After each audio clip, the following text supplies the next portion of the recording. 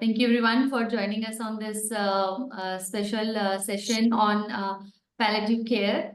And I'm very, very honored to have Dr. Rajagopal with us. As we all know that he is known as Father of Palliative Care in India, and is internationally known palliative care physician and chairman of Palliative India. In 2018, the Indian government honored him with the Padma Shri Award, and he was also nominated for Nobel Peace Prize award in 2018 and 2023. He's also referred to as the Father of Palliative Care in India in honor of his pioneering work in promoting palliative care and relief from suffering across India. This webinar is a part of our initiative 1 Lakh Lives Impact campaign with this year's theme, Close the Care Gap. Let's come together to gain some expert opinions, advice, insights, and learning from Dr. Rajagopal to take a step forward in closing the care gap in cancer treatment. Welcome, Doctor, and we are very grateful to be with you today, today on this occasion. And would like to, the way we have planned this session, there are some questions that we have received from our community members around the around palliative care. And if you could first begin with sharing what is palliative care, and then I can start with the question answers. Thank you. Very good, Dimple. Thank you. I will do that. Can you please give me sharing rights? At Yes, the moment, Dr. it's disabled. Yes, I've made you co-host. Now you can share the screen. Thank you. Thank you.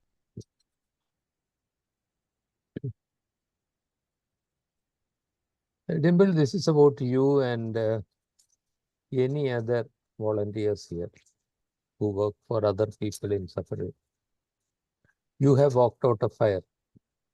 You came out carrying a bucket of water.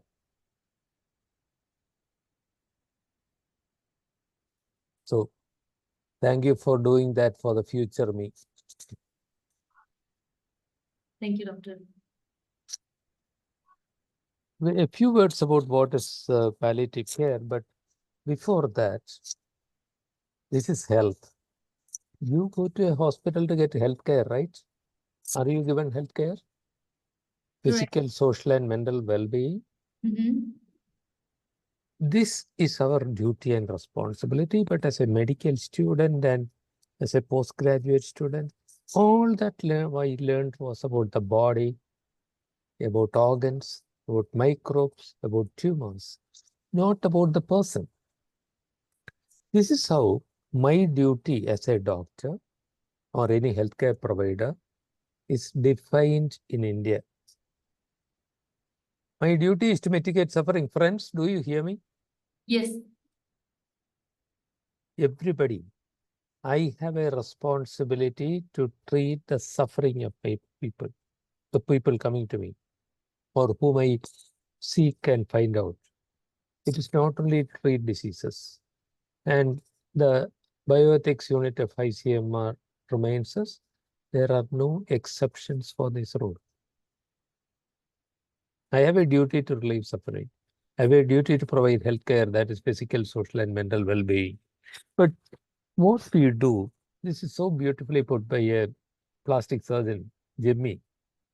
Jimmy says about medical professionals, we often live in exalted orbits, inhabiting an idealized problem-solving scientific space, while most of our people needing desperate care fall through the cracks of our system, writhing in agony. He continues, we close our eyes and minds to the enormous Jurassic monsters facing us every single moment of our sojourn, pain and death. Pain is not only physical, mental and social also. Simple, that's what you went through. But we do not see the suffering. We treat the disease. While that is chasing rabbits and playing with squirrels, as Jimmy says. So this report of 2017, Lancet Commission report, gave this succinct description for palliative care. I am not springing the World Health Organization's definition on you. That is too complicated. Palliative care is mitigation of serious health-related suffering. Management of Suffering. And when it was published, the chief editor of the Lancet group of publications said, medicine can never be the same again, because he is pointing out, our report is pointing out our responsibility to treat suffering. And by the way, this is what the World Health Assembly, that's the decision-making body of World Health Organization, asked us to do, to integrate palliative care, that's relief from suffering, into all healthcare at all levels, primary, secondary, and tertiary, across the continuum of the illness, from the diagnosis to the end. Dimple, you asked me to start by saying what palliative care is. And what I mentioned earlier, it is management of suffering, and that is relevant for all healthcare, not only for cancer, not only for the dying. That's a common misconception. If I had time, I would have asked you, what do you think palliative care is? And I fear several people would have said it's about terminal care, care of the dying. It is not. It is valid even during the early awareness programs. When I attend awareness programs on cancer, I find that a significant number of people wander in because they suspect that they have cancer. The woman with a swelling in the breast who is kept it hidden. At that time, how I answer question matters to that person. Yeah. It matters to the person who has had a fine needle aspiration biopsy and is being told you have cancer. How we say it matters a lot.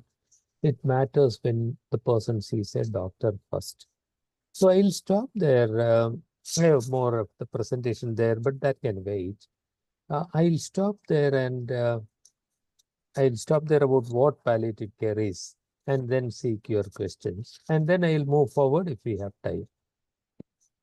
Thank you, Doctor, for sharing the definition and the fundamentals of palliative care. When I was caregiver, I didn't know about this word, what is palliative care. And I know that when my husband was in ICU and doctor said that now it can be any moment. So that time they introduced me to palliative care team. So, and I was so sad and surprised and shocked that is it acceptance of death? Is it end of life?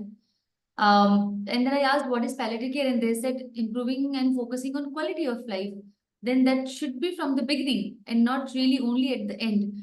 So I got confused between hospice care and palliative care. While we say that palliative care should be taken care into consideration since the beginning of a cancer treatment journey. So I wanted to understand from you, when should we introduce palliative care to a patient and caregiver? And I know that hospice care and palliative care are two different things, but we often members get confused between, okay, I don't want to opt for palliative care because that means end of life. So how would you like to address and explain that? How? You are doing it now. You are doing it by creating awareness, by this session. Now, this is a major issue because when an oncologist suggests palliative care, oh my God, that means I am dying. And the only way of clarifying that myth is by getting this into public discourse. Thank you for doing it, Dimple. But this is not enough. We'll have to keep talking about it. I hope every time you talk about early detection or awareness, you will also say, okay, this is something that has to go in hand with that process. And we, medical community, as Jimmy says, we live in our exalted orbits, occupying a scientific space without considering our responsibility to interact with the people who are giving us our income and making them partners in the care process. Right. Understood. And there is so many societal taboos around this, where, but I think this answers what you just said, that talking more about it, educating people, spreading awareness, and mostly patients listen to the doctors. So if doctors also introduce palliative care at the right time, maybe in the early in their stage of the cancer treatment, that may help patient to understand what is it means to focus on quality of life, because when we go through the cancer treatment, we do not necessarily have to suffer. Like you rightly said, it's not suffering. So quality of life can be done in the beginning as well. Absolutely. Right. And doctor, according to you, when is the right time from an oncologist side to introduce patient to the term palliative care? At the time of the disclosure of diagnosis. But what I am suggesting may sound utopian to you, because today healthcare professionals themselves by and large do not understand it. But thanks to the National Cancer Grid, oncologists have a better understanding of it nowadays than they had 10 years back. But the majority of people would be going to an oncologist with pain or some symptom. And it is at that time that it starts. So if the oncologist at that time says, I'll give you a medication for your pain, but if it is not enough, I may seek the help of one of my colleagues. Please understand that palliative care is relief suffering from the beginning of the suffering. During the course of treatment also, it stops when you are cured. So they may have to come in and I'll get you in touch with them. Something like that. Yeah, right. It's okay. Yeah, right. No, thank you for sharing. And I love the line you said, it stops when you are cured. So otherwise, we throughout the cancer treatment journey, be it any stage, we are always in palliative care, where we focus mainly on our loved ones' quality of life. They shouldn't suffer, they shouldn't be in pain. Thank you, doctor. And when we talk about, there's a question from a caregiver, and this caregiver is confused because the husband, a very young husband of 37 years of age, he is almost at end of life, but the caregiver is not ready to accept. And yes, we all have hope and we all try till the last breath. So she's asking, in the context of maintaining hope, um, how should I approach talking to my husband about this? Because if I talk, then he may feel that I have given up while I still have hope, but I do want to understand his wishes and what is he thinking, because he understands his body the best. So, how to have end of life conversations? In your experience, what has been how you have been doing? If you can share some lights on that. So suppose there is an article that was published in the Hindu many years back. It was by a lay person. She's a writer. Her name is Jeena Papadi. She wrote this piece in the Hindu online. She said she was reading Atul Gawande's Being Mortal. And then she said, she went to kitchen and told her mother, Mom, when I die, I don't want this and this and this. I want only that and that and that. The mom said, of course, that's what I also want. I don't want this and this and this. Then she walked across to the porch where her father was sitting and said, Dad, the same thing. And the dad immediately said, yes. So remember, in this case, suppose the woman starts by saying, honey, being in this hospital made me think a lot about disease, suffering, dying. We are in it together. We will do everything for your cure. But then I was thinking, if I am in your position, the one thing that I do not want is to be shut up in an ICU at the end of life. I want to be with you. I want you to hold my hands. She's talking about herself. So that can be very painful for the man, because he will get the message. We are also talking about my own ends. But that I think is healthy. The talk about death and dying causes misery, no doubt, for the majority, except for those who have thought deeply about it. But that is so much better, and people get over it over time. With somebody to hold their hand, they will get over it and make some realistic plans. Dimple, I have 10% chance of getting cancer and dying of cancer, like any human being. 10%. If that's what I get, when my time comes, I know what I want. I have been an intensivist as a young man. I know that intensive care is valuable, but equally well I know that is the worst infliction of suffering when somebody is leaving this world. Right. And doctor, on the similar lines, many of our patients, including myself, have faced this where at the end of life phase, when things go wrong or the health starts declining, we get panicked and then we end up admitting our patient to ICU, while that may not be the right course of action, since the disease has spread this much that the patient may not be able to come back from ICU. I took that decision. I was not aware of how to navigate through the end of life. Nobody knows that. And I did many decisions that may not be right now that I look back and think about it. So Nitesh was in ICU for 22 days.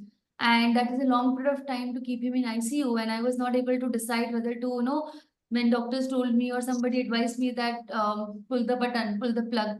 So and then when today I talk to many caregivers and they all do the same thing. So they patient goes to ICU and then they still have the hope, and then patients may not be able to come back from ICU. So it is a difficult conversation to do with caregivers, that pull the plug or do not keep him in ICU. So how do we do that conversation or even guide caregivers, because they don't want to hear that it's end of life and it's the time. Thank you. That pulling the plug sounds a horrible thing to do. The message that the person gets is, let's kill him. Yeah. How can anybody accept that? Instead, as you earlier mentioned, the wife talking to the husband, death comes into conversations. As a boy, 2 centuries back, perhaps, long time back, I grew up seeing death all around me. The cattle in the cattle shed, the elders in my home, in my neighborhood, they were all part of it. We grew up accepting death as the natural consequence of life. But a young person today does not see death. To him or her, death is a demon to be feared and fought against. And when confronted by that news too late, people are unable to deal with it. So this is one consequence of nuclearization of families, which we have to deal with. So what's the solution? The solution is only to talk about that. What a Lancet Commission published in 2021 called death literacy. We are illiterate. Or no, maybe our generation is not illiterate, but the next generation is illiterate about death. Bring that into conversations. But the participants, have you heard about death cafes? Yeah, I did. Yeah. Yes. So for anybody who doesn't know it, you plan it, walk into the Indian coffee house or a coffee shop, sit around a table and just talk about that. And almost invariably they say, somebody sitting in the next table will come over. I heard what you said. Can I join you? And gradually the group grows. Okay, that does not reach large numbers, but Dimple, you reach out to people who matter. And by which I mean you non-professionals. Professionals find it harder to accept death and dying It is seen as failure by many. Yeah. But people can be encouraged to think about it, talk about it. The Gina Papadi, about whom I talked to you, is also part of our society. But she thought about it because she was at least at that time engaged in the periphery of palliative care as a writer. We have to bring death back into life. But conversation starting early will help. When the person's oxygen saturation is dropping, Yeah. the doctor comes and says, his saturation is bad. We cannot treat it except getting him into the ICU. What do you want to do? That question is asked precisely the way the waiter gives a menu at you. No preparation. Choose this between matar paneer and aloo gobi. Even at that time, you take 5 minutes. Ask the waiter, come back in 5 minutes. Let us talk about it. But here, people need time. They need their hands held. They need to be able to talk, express their fears and anxieties, and come to terms with it. Which is why palliative care has to become part of this all. Right. Thank you for sharing that, Doctor. It's very deep. And I hope that as we walk on this path, we are able to do this, talk about it, explain, understand, feel, and heal this. So it's certainly difficult to talk to caregivers, especially patients are still able to accept, but for caregivers, it is even more difficult to understand and accept that. Right. So, doctor, there's a question for patients who feel a loss of dignity due to dependency or changes in their role in the within the family. What measurements can be taken to restore their sense of self-worth and dignity during their care? Recognize the person as a person. Mhm. He's not, or she is not treated as a person anymore. The patient, Hmm. the cancer patient in bed 22, or even to the family. It's not the same person. They sit together and talk about which hospital to take him to. He's not involved in the discussion. But recognizing that person is at the Mhm. soul of dignity. And a person, Dr. Harvey Churchno, who brought up the concept of dignity therapy Yeah. as the most important thing at that stage, talks about the platinum rule. The golden rule is do unto others as they would have done and you would have done unto you. The platinum rule is do unto them as they would have done unto them. As far as possible, engage them in decision making. Mhm. And by all means, help them to feel valued when they are incontinent of feces and has to be cleaned up by somebody.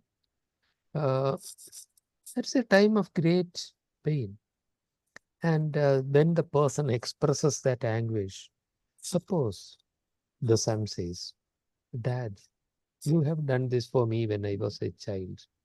I am glad I have the opportunity to do that to you. What difference will it make? Lot. So giving the person love is part of it. But most importantly, recognizing him as a person. Sometimes you laugh at people. How often do you talk about second childhood? At my age, when somebody talks about my second childhood, when my memory fails or where I'm emotionally labile, I laugh with them. But that's superficial. Somewhere inside, it's a bit of an insult. Mhm. So, respecting the person is the most important part of dignity. Very true. Thank you, doctor, for sharing that.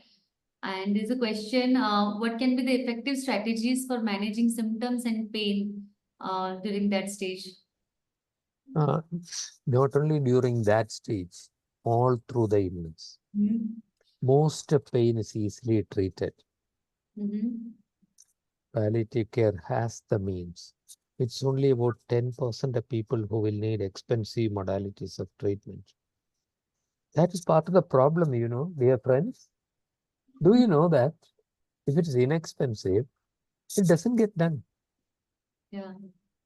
If it is to help interest the healthcare system, which today is effectively behind the screens run by the healthcare industry, it has to be expensive.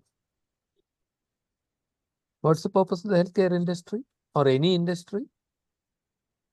So if I am in pain, unless the system can make the most profit out of me, my pain, it's not interesting. So palliative care is inexpensive. To the person who asked that question, it is not the same treatment for every person in pain.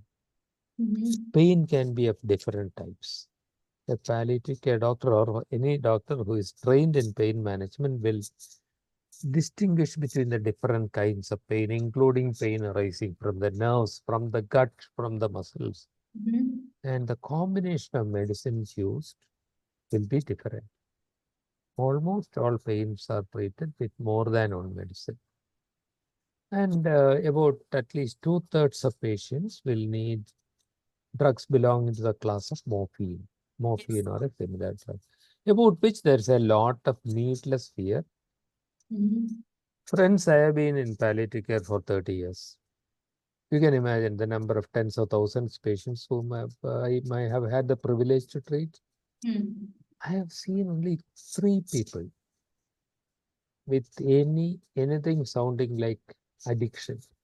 And those 3 were for specific reasons. One was a person who had a history of addiction.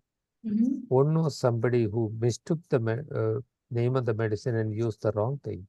And the third one was somebody who had a major emotional disorder. So it's very rare. This is one of the safest medicines, much more safer than the Brufen or Vovaran that you may be swallowing for a headache, for a dysmenorrhea, or whatever that is. But I am not saying that morphine should be used for dysmenorrhea or a headache. No, not for every kind of pain. In fact, there are some kinds of pain which may be worsened by medicines like morphine. But good news, from 2019, pain management is in the curriculum of every medical student. You may be surprised. What do you mean? It was not there in the curriculum? No, not effectively. So it is now in the curriculum, and hopefully we'll have a generation of doctors in future, everyone who will understand a bit about pain. Wow, that's a great news, doctor, and thank you for sharing. Yeah, it comes as a surprise that it's a part of healthcare, so it should be there in the curriculum. But good to know that now it's a part of curriculum where we all healthcare professionals can focus more on the quality of life from the beginning of the journey, and it's very key aspect of it. Thank you, doctor. Doctor, when we talk about curing and healing. So, can you please share the difference or the similarities between curing and healing? Curing is for the disease, healing is for the person. You can cure a disease and leave the person a wreck with only one thought: let me get out of this place and kill myself. You may not be able to cure, but the person can get healed. Let me give you an example. There was a man who came to us cursing God and wanting to end his life. The family had physically, practically imprisoned him so that he doesn't kill himself. He said, God? What God? There is no God. No God would ever do this to a human being. There cannot be a God. The same man 2 days later held our nurse's hand in his hands and said, Betty, I thought there was no God. There is. He sent you to me as his angel. What that nurse and the team did was to heal the person, though the disease was not cured.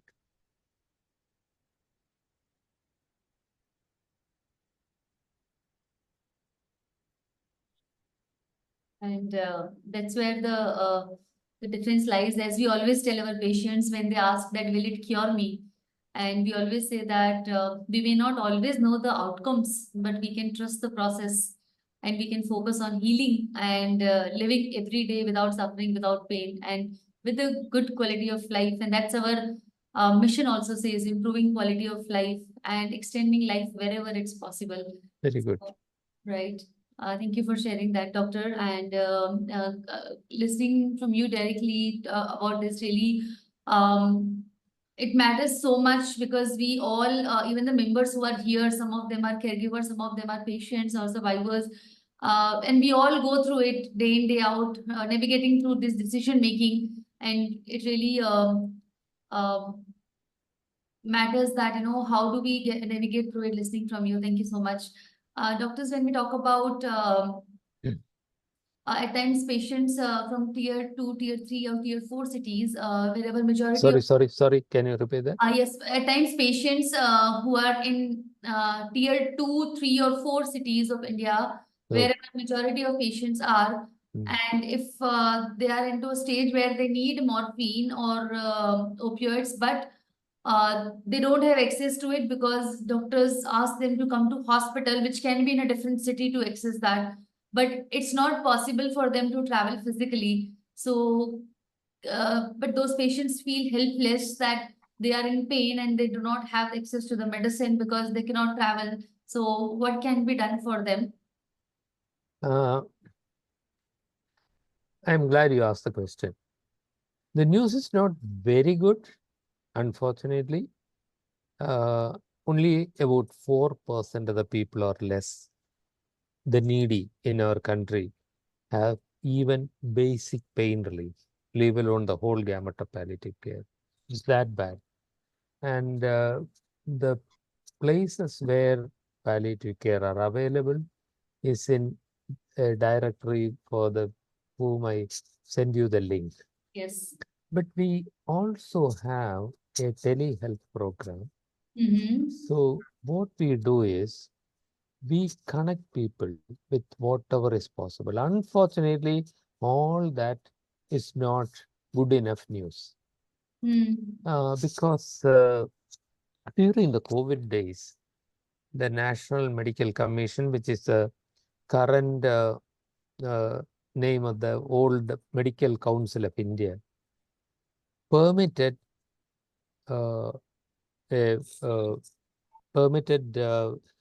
virtual consultations.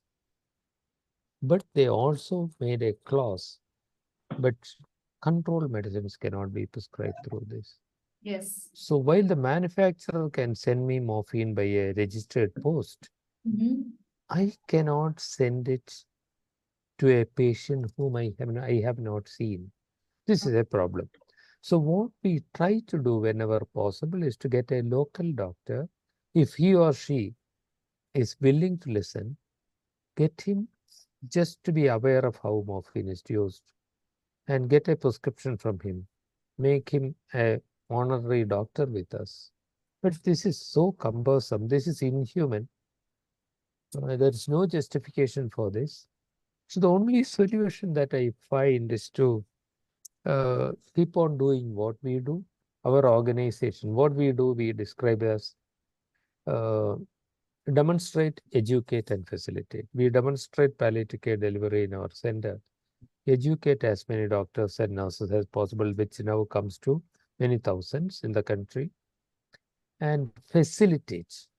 If Dimple, one of the participants today, says, look, I want to do this in my town, I will immediately connect that person with our team who will work with them to get some basic palliative care education and then to start a service to get access to morphine. But Dimple, all that is not an adequate solution for the person who is writhing in pain today. Yeah. But we'll try our best. I have also given in the chat box the link for our telehealth consultation. Yes. Anybody in the country can call. It's free. It's only during office hours, unfortunately, but we will, even if the call comes at night, somebody will call back the next morning, and we'll do our best. Wow, that's a wonderful service, doctor. And as I always say, service to human is service to God. And you have always been an inspiration to millions. And look forward to your learnings and the amazing place that you have created, which gives hope and a good life or maybe a dignified death to many. So thank you so much, doctor, for sharing these links. I will share with everybody in the community and across so that maximum people can get the timely help when they are in pain. Thank you. And doctor, there's a question. There's a child who is not keeping well. So what are the unique needs of pediatric cancer patients versus adult cancer patients in palliative care? We all love children. Hmm. We are very cruel to them. If 4% of the needy have access to palliative care in our country, among children needing palliative care, less than 1% has access. The reasons are multiple. It's also love. Hmm. I can't let my child go. It's okay. You can let your dad or mom go. It's inevitable. We accept death as something for old age. But my child, and the doctor says, sorry, it's not responding. I cannot give chemotherapy anymore. They will just find another doctor. And eventually, there was a study in Hyderabad from the Regional Cancer Center. They found that among the it's a hospital with a good palliative care center. But among children who died of palliative care, died of cancer, 75% has had chemotherapy in the last month of life. Hmm. 50% had had the chemotherapy in the last week of life. This is cruel. That's when they should have been together. And there the child is in an ICU or somewhere. So that is cruel. So yeah, answer, this also must be talked about. Hmm. And that family, those parents who out of sheer love do this, need more time. Just telling them, okay, no, sorry, we can't help them is not enough. It's horrible to say there is nothing more we can do. That is not true. That's simply not true. There's no situation where nothing can be done. Even when death is inevitable, what prevents one from holding a hand and wiping a tear and saying, I love you? There's always something to do. So, this also needs to be talked about. Mhm. Parents need counseling and help. They need help in reconciling to the problem. Mhm. Dimple, if that, unless there is an offshoot from that question, Mr. Deepak Payani asks, is it possible painless death for stage 4 cancer warrior? Deepak ji, I am glad you brought up that phrase. Personally, I get scared at this rhetoric of war, fight cancer with a machine gun. Never give up. Never give up. Yes. That is rather cruel. I am thinking about myself tomorrow. There is a time when you come to acceptance. I may be a cancer survivor till my last moment. I am stronger than the helpless fighter who keeps on fighting the enemy that cannot be conquered. I may have come to acceptance and that painless death. Is it possible? Deepak ji, it is possible for 95% of people. There may be an occasional person whose pain cannot be It controlled. happened with my wife. What was the It question? happened with my wife. He's saying it happened with his wife who had cancer, and then she developed jaundice, and sadly, we lost her because of that. She was fighting. She was going through the treatment very beautifully, gracefully. Last many years, we were connected, and it came as a shock to us also that she got jaundice, and suddenly she was not with us in the physical form. So Deepak ji, can you please share your? Even in the last moment, at 4 o'clock, she eat the food. She talk with us, and she talk with the doctor that I'm not going. And at 4 o'clock, she eat the food, and 4:30 then she left with a smiling face. No pain, nothing was there. Deepak ji, this is not an easy thing to say, but because she That died is without, I asked you, what is it possible? Whether she maybe get pain inside and she was not telling. uh, it is more than possible. Possible. Thanks. Yes, please remember that up to 1/4 of people with cancer never get pain. And those who get pain very often can be made pain-free, reasonably pain-free. And palliative care is not only about treatment of pain, it's not only treatment of other symptoms like breathlessness or vomiting or anything. It's also about psychological, social, and spiritual care. Spiritual care, I don't necessarily mean reading the Bhagavad Gita or the Quran. It's also about making life meaningful. Like even at that time, somebody leaving a note for a grandchild that is not born yet. There's somebody I have known. She was in despair because she wouldn't be able to see the grandchild who was due in November. And she wrote this letter. And then she made a video message. She made a series of video messages to the unborn child, leaving a legacy. All this is important. And Deepakji, Yes. you are able to talk about it now with some ease because she died pain-free without a lot of suffering. Because when they die in pain and agony without dignity, in anger very often, that's very, very hard for the survivors to live with.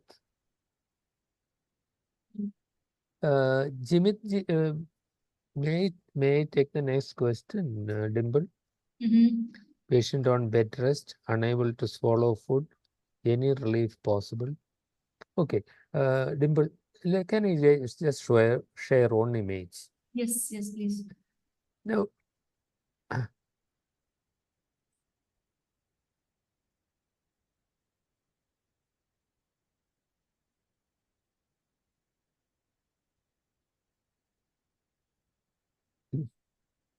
sorry.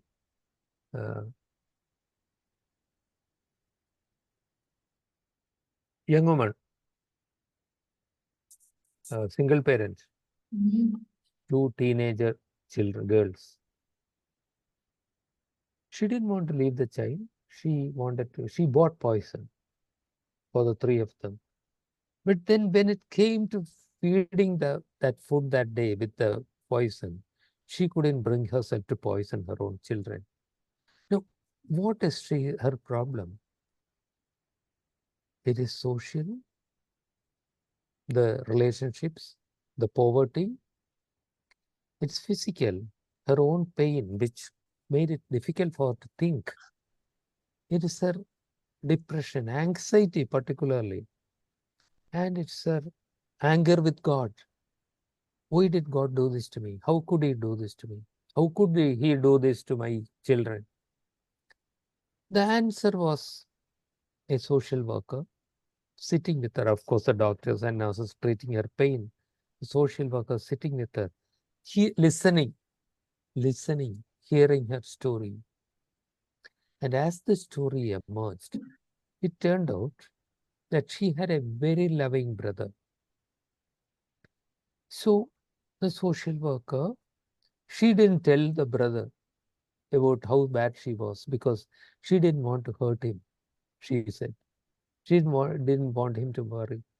The social worker enabled a conversation. The man came and told her, I have one child. If you are not there, I'll have 3 children. So here, my morphine was important, but not the most important thing.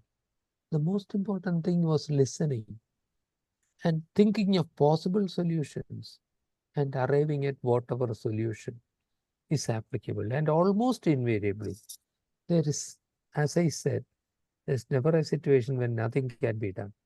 Yeah. Even if that brother was not there, even arranging for an orphanage, I have had to do this many times in my life. Arranging an orphanage, getting the person even on the last month of her life to go and visit the orphanage, talk to the person who was running it, getting a promise that I look after the girls. This is realistic. Can be possible if they only there's open communication. Mm. Bed rest, unable to swallow, Jimitji, unable to swallow food. Jimitji, when these questions come, I think of myself in that bed. I am on bed rest. Why? Oh, is it because I am so tired that I am unable to get out of bed? Then at least put me on a wheelchair and take me out to see the garden. Let me look at a tree. Let me look at nature. But if I am unable even to do that and I say very exhausted, then there are medicines that may partially help with the tiredness, but is unable to swallow food. Okay, this is important. If I am hungry, you have to find a way of giving me food. It's my decision. I may accept a tube. I may accept a tube going into my tummy. That's if I am hungry. If I am dying, the normal process of dying means there is no hunger. Food becomes a burden. And if you now try to feed me, you are troubling me to satisfy yourself. As a caregiver, you are feeling the need to feed. That's your problem. Please accept my dying. I cannot eat at that time. And an additional tube going in, or a poke in the tummy with a knife to put a tube in, that they become horrendous inflictions of suffering. I know this is what is routinely done, often done out of love and mistaken sense of duty by the doctors. So there we all need help. My wife and my children will need help from you to come to terms with it and leave me alone if I don't want to food. But if I am hungry, find a way to give me food. Mm. Can totally relate to this, doctor. When I was the caregiver, I also felt the need of giving food, ensuring that he eats well. He walks, he does some little bit of activity, which is good because it helps in healing. But then food, if the resistance was there, I used to feel bad that why is he not eating? And I will get stressed out and anxious and frustration or uh, helpless that why is he not eating? But I think, as you rightly said, that when the dying process starts, the body doesn't feel hunger, and that time we should respect their decision or how they want to live their life. Then, as a caregiver, what we want them to do. So, thank you for sharing that message. Jimitji said here, when talked about forcefully trying to feed Dada, but maybe Jimitji, you might even go and tell him, I see that you are not hungry. I've been doing this to you. Dada, I love you. I won't do this anymore. Tell me what you like. Tell me anything that you like. And Dada may be a diabetic, but he may say, give me a piece of jalebi. The blood sugar doesn't matter. Yeah. That piece of jalebi is the most important thing at that point of time. It's very important to not do force anything that he doesn't like to eat at this stage. That will destroy any surviving appetite. Give him what he likes, maybe just 2 spoonfuls of soup if he asks for it. There is another question from Ram Babuji. Managing daily activities, maintaining quality of life. Earlier, I mentioned about the 4 circles that I showed: physical, social, mental, social, emotional, spiritual. And all these are depending on what matters to the person. He is 93, has prostate cancer. Dada, Dada, tell me, what is it that bothers you most? What bothers me most is you keep coming and trying to feed me. Okay, that can maybe the possibility. And he may say, what bothers me most is that I have not made my will. The Dada has been trying to do it for 3 months, but everybody says, why do you say all these inauspicious things, Dada? Nothing is going to happen to you. But listen to him. Listen to what he says. And if he doesn't say it, Dada, you have something to say. Tell me, whatever that is, tell me. Get him to understand that. And if he wants to make a will, make it. That's the most important thing for him. And never be skimpy with saying, I love you, Dada. And please, if he is able to talk, get him to talk. Dada, tell me about your life. Tell me about your childhood. And the most important things, precious things will come out. What matters to him will come out. And then you tell him how he mattered most. Dada, I remember how you carried me on the shoulder and helped me to cross the river, or anything that is in your memory. Those are important things spiritually. By saying those things, you are valuing his life. The person will feel, my life has not been in vain. And that's very important at that stage. Mobility, offer to take him out on a wheelchair. Oh, he's very sick. But if he says, I want to go to the beach once more, what does it matter? At any cost, take him to the beach. But if he just says, leave me alone, leave him alone. But if he doesn't mind, stay with him. Just sit there, being silent. Being silent and still being there can be very important. After 15 minutes, he may say, you know better, and he may say something that matters to him. But very clearly from these questions, Jimitji and Rambabuji, it's very clear how much you care for them. That's one luck that they have. Only a minority of elders have a loving grandchild like you. So many people die alone nowadays. But at least let us make sure that they are not incarcerated for life imprisonment in an ICU.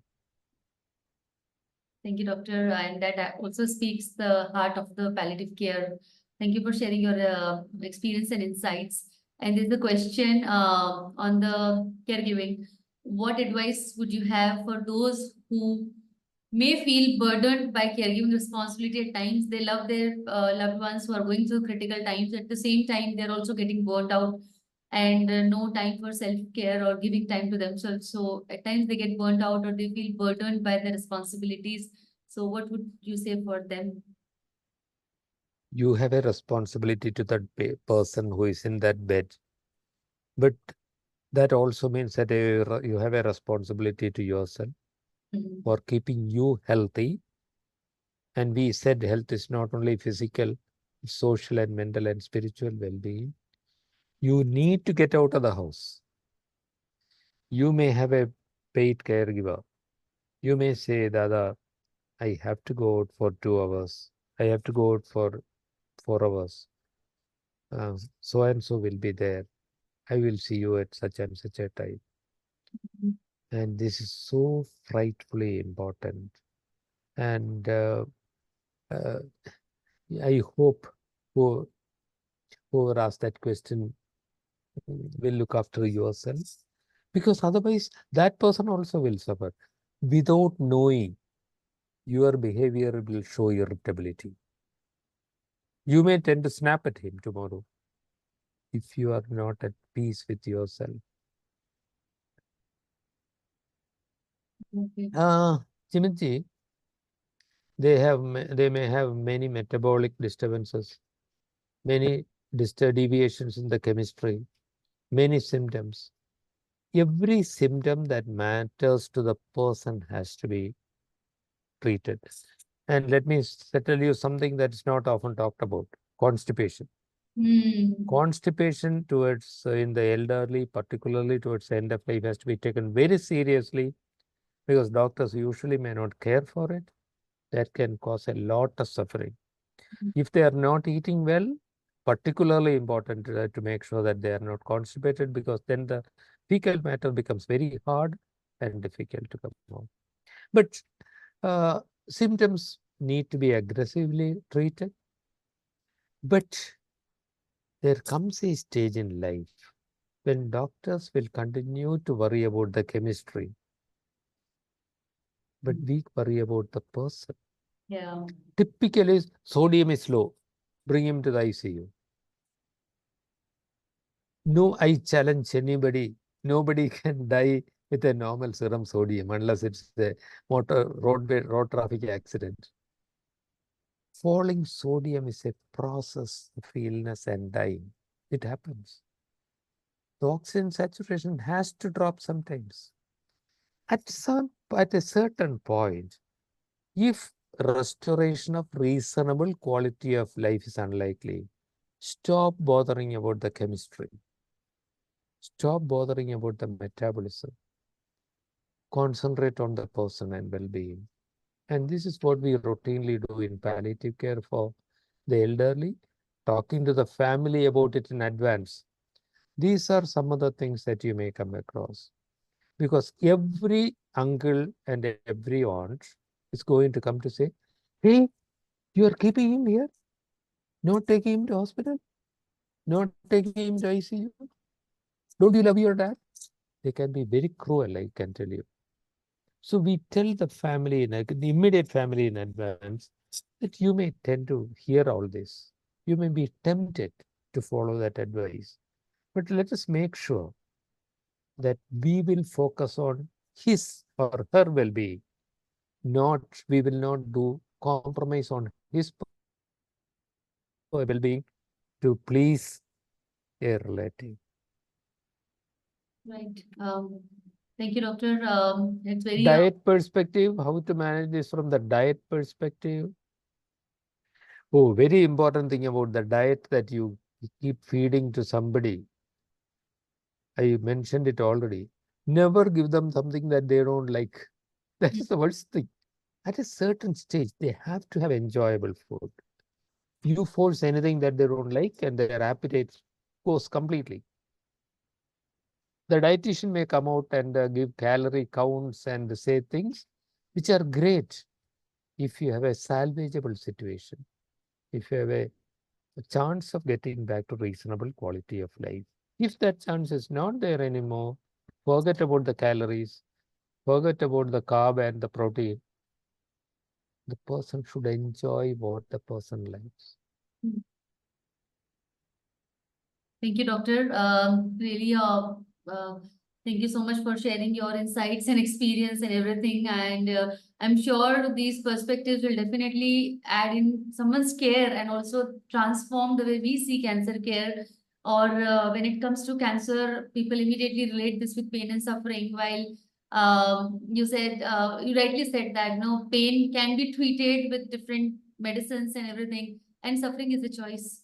And definitely we can make choices not to suffer, and there are so many things that we can adopt in the beginning of our journey so that we don't suffer. As we conclude the session, I want to extend my, yeah. Dimple, Yes. before you conclude, not for today, we don't have the time. At some point of time, we should have a discussion with this group about advanced medical directive, living will, preparation of that. Irrespective of age, it's important for everyone. You, me. What would you like if you had an incurable illness, or if you had a serious illness which is compromising your quality of life? I don't, what Gina said, I don't want this, this and this. I want that, that and that. So the legal position as well as the ethical position, we'll talk about someday. But to everybody here, Dimple and your friends, I want you to know that I have enormous respect for you. You are real healthcare providers, where most so-called healthcare providers do not give healthcare and treat only diseases. Thank you for being there. Thank you, Doctor, for being with us today on this and sharing your immense knowledge, experience, and real life experience is what we all connect with the most, because we all go through it every day. And I'm sure that it will help many patients, caregivers, survivors, and the healthcare professionals as we navigate through different choices of healing and different choices in cancer care. Really appreciate your time. Thank you so much, Doctor. Thank you. Thank you.